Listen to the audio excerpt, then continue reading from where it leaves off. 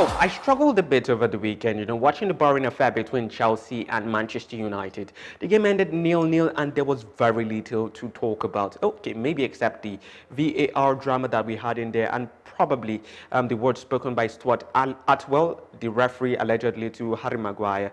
But even with the likes of, Hakim Ziyech and Bruno Fernandes, there wasn't just so much of a creative spark to inject excitement into that particular fixture.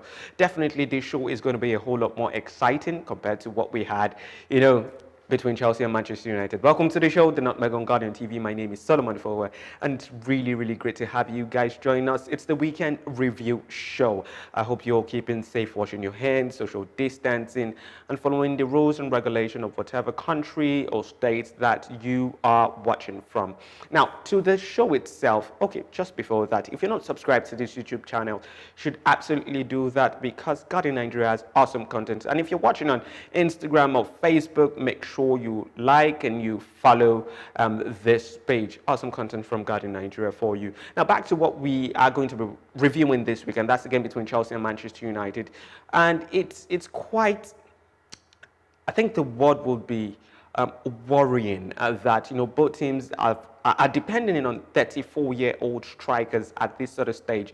Now, Chelsea, they started the game with Olivier Giroud, a 34-year-old, and if not for the injury to Edison Cavani, it would probably have started that game for Manchester United, another 34-year-old. Cavani has gotten 6 goals this season, and he has come in quite good for the Manchester United side, following a poor form by, Anthony Martial. And for Olivier Giroud, he's gotten 4 goals this season, and he's been much more, prolific in the UEFA Champions League, getting 6 goals in that particular one.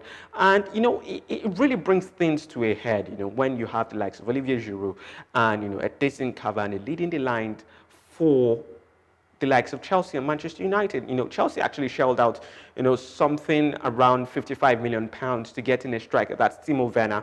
But it just hasn't worked out. Timo Werner had, a spell, I think about 14-game spell without getting a goal, and it just ended against Newcastle. And also he's gotten, I think, maybe 5 goals. Yeah, 5 goals this season with 5 assists.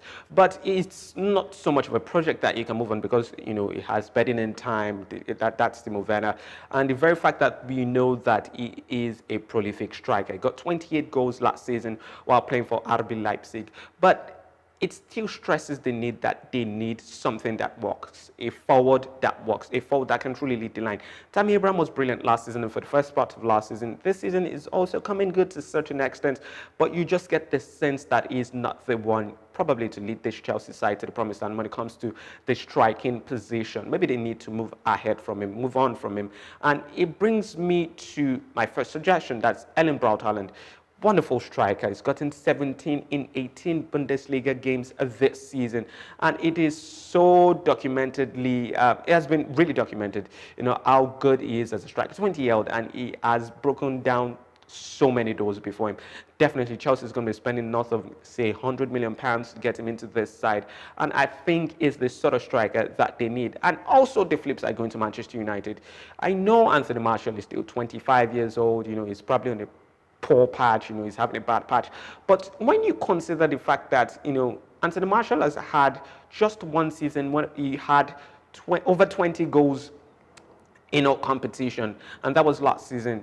And that came on the back of, that extended break, and after the coronavirus break that we had in the Premier League, that was when he really hit great form. But even after that, he has not hit the stride just the way you expect him to do so. He's gotten just 4 goals this season. Edison Cavani, who has played 540 minutes less, has gotten 6 goals this season. So it just tells me that Anthony Martial might not be the solution for Manchester United. And this is not me picking on him, because you look at this guy, so much potential, so much talent, but he has just not fulfilled that talent.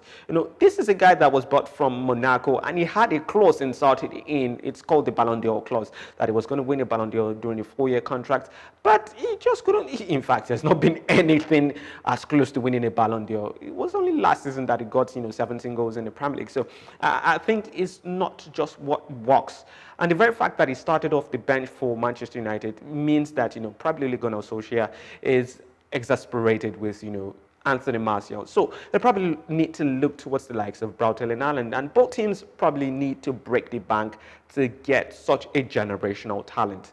Haaland might be the solution to both of them, but they would have to duke it out in the transfer market. Also, we have the likes of Real Madrid also interested in Haaland. So it's something that both teams would want to really consider. Getting in that striker that takes their level up a notch. Manchester United is currently second, 12 points behind Manchester City. So it's really not where they should be, competing. They should be competing for the Premier League. And Chelsea, they're fifth, looking to get into the fourth place. So they need something that works, and I think what works for both of them is Braut Erling Haaland. So those are my musings for today, and shout out to Willian. I think is going to be our player of the weekend. It's quite interesting because I've dragged Willian on this show actually. The very fact that he has been absolutely abysmal for Arsenal since he traded from Chelsea to Arsenal. But that was the game between against Leicester, between Leicester and Arsenal, actually. He was quite brilliant in that particular fixture. And, we have to give dues to Willian. Props to him. Yeah, is our player of the weekend on the Nutmeg. Thank you so much for sticking with us on the show. My name is Solomon Fowowe, and this has been the Nutmeg.